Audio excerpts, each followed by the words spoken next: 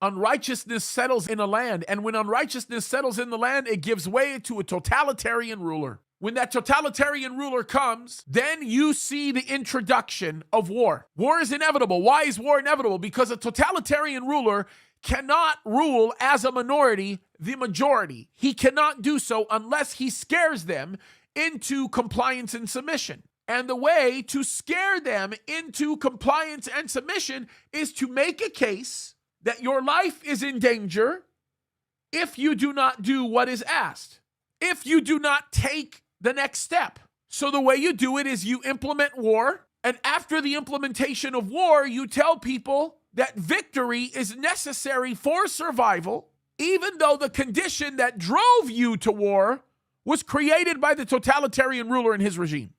That's exactly what we're seeing right now. That's exactly what's going on. And by the way, when it becomes obvious what is happening and how dangerous it is, then totalitarian regimes, as being inspired by the enemy, will bring in social issues that will cause people to walk in shame and embarrassment if they say something other than what is actually right. So a totalitarian ruler brings in war.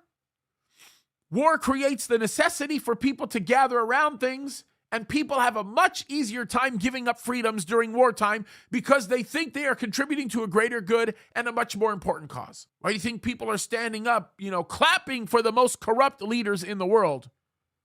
Like the president of Ukraine, who is an absolutely evil man, definitely inspired by the enemy that I continue to talk about. So he brings war into play, and once war is brought into by everybody in society, then what does it bring? It brings destruction through famine, through economic collapse, through economic failure, as denoted by the black horse in the book of Revelation chapter 6.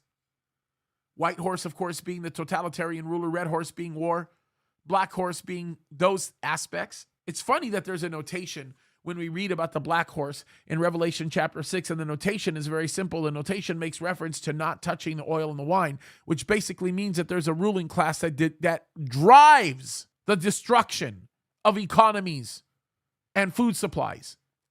Have you looked around lately, folks? Have you been seeing how many food plants have been burning down? How many chemical spills we've been seeing? Train derailments? None of these things are a coincidence, folks. None of them are. They are happening at the hands of people that are radically committed to destroying human life. If you don't believe me, just listen to some of these neo-Malthusians talk. It is amazing how evil they are. You want to talk about hardcore racism? Look at the lives and the hearts and the minds of some of these people.